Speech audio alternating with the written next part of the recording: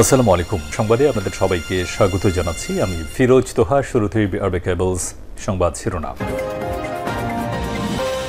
জানিয়ে দেব এই মুহূর্তে হাতে পাওয়া সর্বশেষ গুরুত্বপূর্ণ আপডেট বাংলা সংবাদ। শুরুতেই থাকছে লক্ষ্মীপুরে আওয়ামী লীগ নেতাকে পিটিয়ে হত্যা। লক্ষ্মীপুরের সদর উপজেলায় বাড়িতে ঢুকে নূর আলম ৫০ নামের এক আওয়ামী লীগ নেতাকে পিটিয়ে হত্যা করেছে দুর্বৃত্তরা। গতকাল রোববার রাত ৯টার দিকে লক্ষ্মীপুর সদর উপজেলার চন্দ্রগঞ্জ ইউনিয়নের পাঁচপাড়া গ্রামে ঘটনা ঘটে। এবারে জানাবো আওয়ামী বর্বর শাসনের পুনরাবৃত্তি দেশে আর হতে দেওয়া হবে না।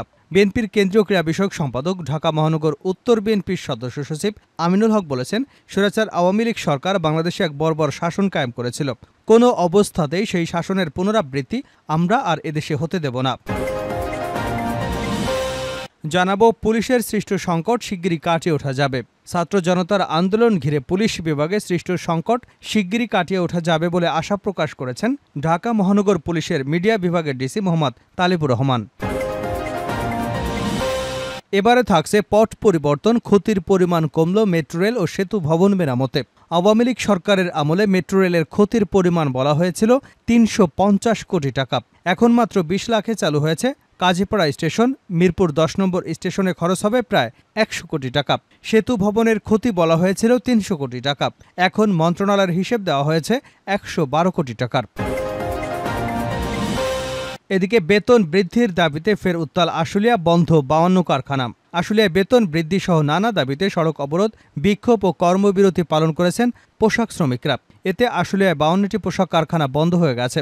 সোমবার দুপুর ১২টার দিকে শিল্প পুলিশ ১-এর পুলিশ সুপার সারোয়ার আলম কারখানা বন্ধের বিষয়টি নিশ্চিত করেছেন। এবং সর্বশেষ জানাবো আন্তর্জাতিক সংবাদ।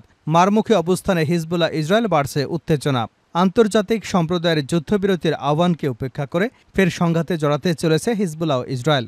নিজেদের আন্তঃসীমান্ত আক্রমণ জোরদার করার হুমকি দিয়েছে তারা, যাতে ফের এই অঞ্চলে বাড়তে শুরু করেছে উত্তেজনা। এতক্ষণ শিরোনাম শুনছিলেন, এবার বিস্তারিত। প্রিয় দর্শক, আপনি যদি এই চ্যানেলে নতুন হয়ে থাকেন, ভিডিওটি দেখতে দেখতে চ্যানেলটি সাবস্ক্রাইব করে আমাদের সঙ্গেই থাকুন। আর এই ভিডিও সম্পর্কে আপনি আপনার মূল্যবান মতামতটি কমেন্ট বক্সে জানিয়ে দিন। আর হ্যাঁ প্রিয় দর্শক, জানিয়ে দিন ভিডিওটি কোথা থেকে দেখছেন। লক্ষ্মীপুরে আওয়ামী লীগ নেতাকে পিটিয়ে হত্যা।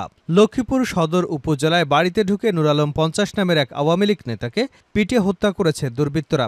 গতকাল রোববার রাত ৯টার দিকে লক্ষ্মীপুর সদর উপজেলার চন্দ্রগঞ্জ ইউনিয়নের চন্দ্রপাড়া গ্রামে ঘটনা ঘটে। নূর আলম পাঁচপাড়া ইউনিয়ন আওয়ামী লীগের সাধারণ সম্পাদক ছিলেন। বাড়ির পাশে একটি দর্জির দোকানে পোশাক সেলাইয়ের কাজ করতেন তিনি। নিহত ব্যক্তির ছেলে আরিফ হোসেন জানান, সন্ধ্যার পর বাবা ঘরে ছিলেন। তার ফোনে খবর আসে লোকজন তাকে মারতে আসছে। তিনি ঘর থেকে বের হওয়া মাত্রই হামলাকারীরা তার উপর আক্রমণ করে। তিনি পুকুরে পানিতে পড়ে যান। সেখান থেকে তুলে তাকে পিটিয়ে হত্যা করা হয়।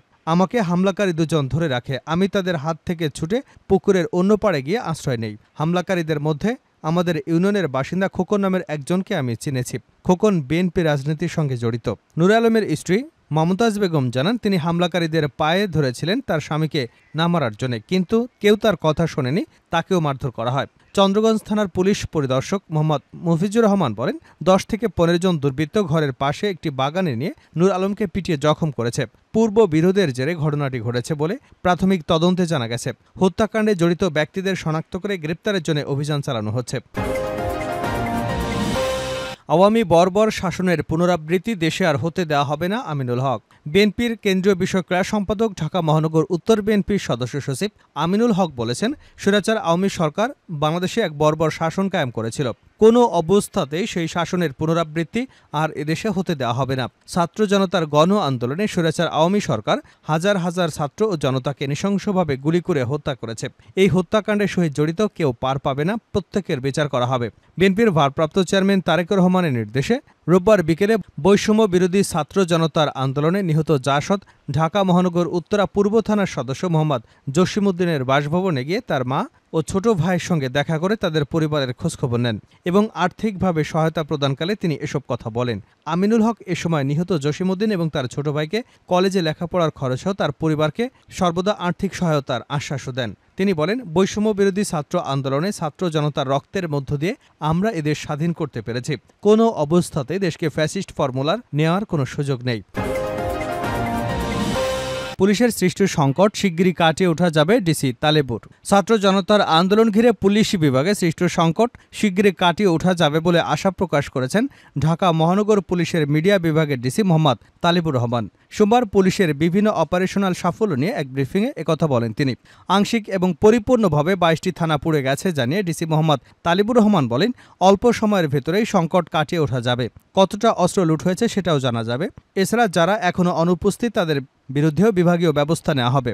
অস্ত্র উদ্ধারে অভিযান চলমান রয়েছে জানিয়ে মোহাম্মদ আবু তালেবুর রহমান বলেন, অস্ত্র বেশিরভাগ সময় পরিত্যক্ত অবস্থায় পাওয়া যাচ্ছে, এটাও সাফল্য। এ সময় তিনি বলেন, ট্রাফিক ব্যবস্থা নিয়ন্ত্রণে কাজ করছে ডিএমপি ট্রাফিক বিভাগ। কোনো কারণে যেন ব্যাটারি চালিত রিকশা না নামতে পারে সেদিকে খেয়াল রাখা হচ্ছে। 31 লাখ টাকার মতো জরিমানা করা হয়েছে।